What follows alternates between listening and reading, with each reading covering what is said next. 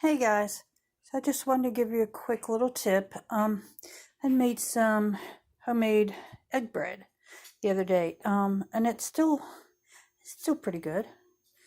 It's not bad. But we just don't eat that much bread. So what I'm going to do is I'm going to cut it up, basically into croutons.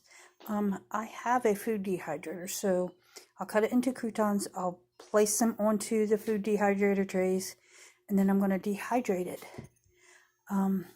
Once it's dehydrated, I'll then run it through like my little mini chopper to make some homemade breadcrumbs, because I'm getting low on breadcrumbs, and with the way things are going these days, it's getting a little rough out there. It's hard to find flour for one. Luckily, I have quite a bit stored up. I tend to dry can, and I store things away for when I really need them. But I'll work on this. I'll chop it up and I'll show you what it looks like. Okay, so you can see about the size of the cubes.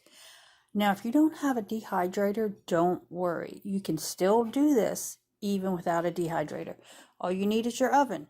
You can actually use your standard oven as a dehydrator. You just set the temperature down low at I think maybe about 200 or so. I'd have to look it up for sure. But set it down low. Set them out on a cookie sheet or whatever. Spread them out and let them dehydrate. You have to check them every so often to check on how dehydrated they are, how dry they are. Now, if you notice, I have a lot of crumbs here. I'm not letting any of that go to waste. I have these solid sheets that fit into my dehydrator, so everything will be put to use. I'll stick it on here and dehydrate that, and then that's just a little bit less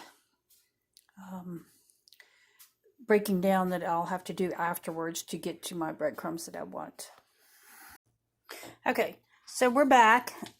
This is the bread that I cubed up. It's all nice and dried now. So I'm just sticking it into my little mini chopper. That looks good.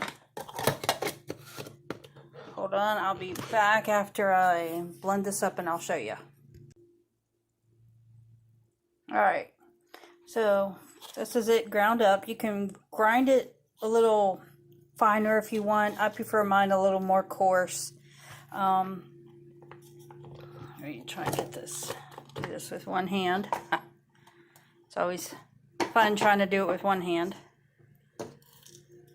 And then I am just pouring it into a mason jar. I would suggest using a mason jar, and I have a seal-a-meal that has a little attachment thing that I can use to vacuum seal jars. So that's what I will end up doing with that. I will end up probably with several jars in the long run. So let me finish chopping all these up. I have several more trays to do, and I'll see how many quart jars I end up with. Oh, also, I had to go downstairs to get some jars, and see, vanilla extract. I canned this January of this year. I forget, I think I've got about a quart or a quart and a half total that I had done, and so I put them into the little jars like this and sealed them up. See, nice and sealed. So now whenever I need vanilla extract, I have plenty to last me a little while.